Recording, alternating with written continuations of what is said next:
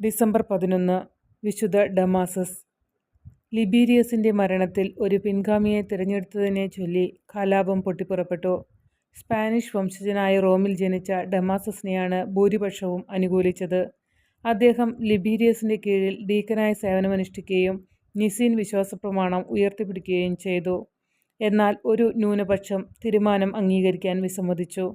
അവർ ഊർസിനസ് എന്ന anti pop സ്ഥാപിച്ചു.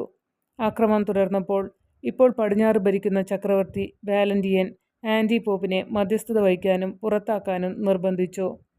പഴയതും പുതിയതുമായ നിയമങ്ങളിലെ പുസ്തകങ്ങളുടെ ഒരു പട്ടിക പ്രസിദ്ധീകരിച്ചുകൊണ്ട് ഡമാസസ് മാർപ്പാപ്പ ഈ സമാധാന കാലഘട്ടത്തിൽ സഭയുടെ വികസനം പ്രോത്സാഹിപ്പിച്ചു.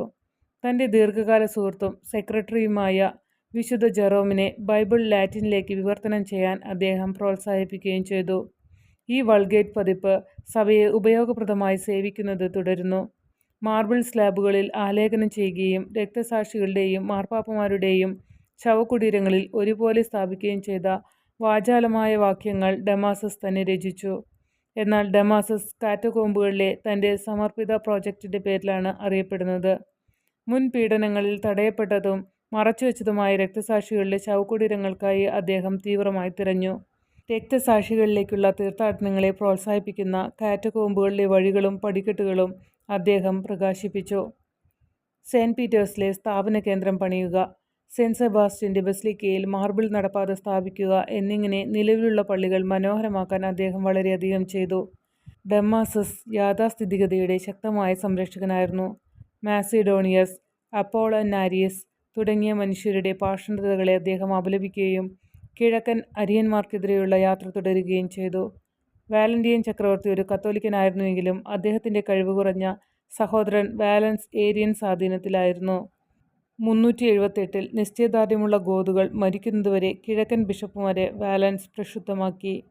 വാലൻസിൻ്റെ പിൻഗാമിയായി അധികാരമേറ്റ തിയോഡേഷ്യസ് ചക്രവർത്തി യാഥാസ്ഥിതികരെ പിന്തുണയ്ക്കുകയും 381 കോൺസ്റ്റാന്റിനോപ്പിളിൽ രണ്ടാം എക്യുമെനിക്കൽ കൗൺസിൽ വിളിച്ചുകൂട്ടുകയും ചെയ്തു. ആരിയനിസത്തെ വീണ്ടും അപലപിച്ചും പോപ്പിൻ്റെ പഠിപ്പിക്കലുകൾ സ്വീകരിച്ചും കൗൺസിൽ തർക്കം പരിഹരിച്ചു. വിശുദ്ധ പത്രോസിൻ്റെ കസേര ഡമാസസിൻ്റെ പോന്തിഫിക്കേറ്റ് കാലത്തേക്കാൾ ബഹുമാനപ്പെട്ടിരുന്നില്ല. അദ്ദേഹം അശ്രാന്തമായി റോമൻ പ്രൈമസി ഉയർത്തി. ഹോളി സിയെ പ്രഥമ കോടതിയെ അംഗീകരിക്കാൻ ഗവൺമെൻറ്റിനെ പ്രേരിപ്പിച്ചു. എന്നിരുന്നാലും സിവിൽ കോടതികൾക്കെതിരെ മാർപ്പാപ്പയ്ക്ക് എന്തെങ്കിലും പ്രത്യേക പ്രതിരോധം നൽകാൻ അത് വിസമ്മതിച്ചു.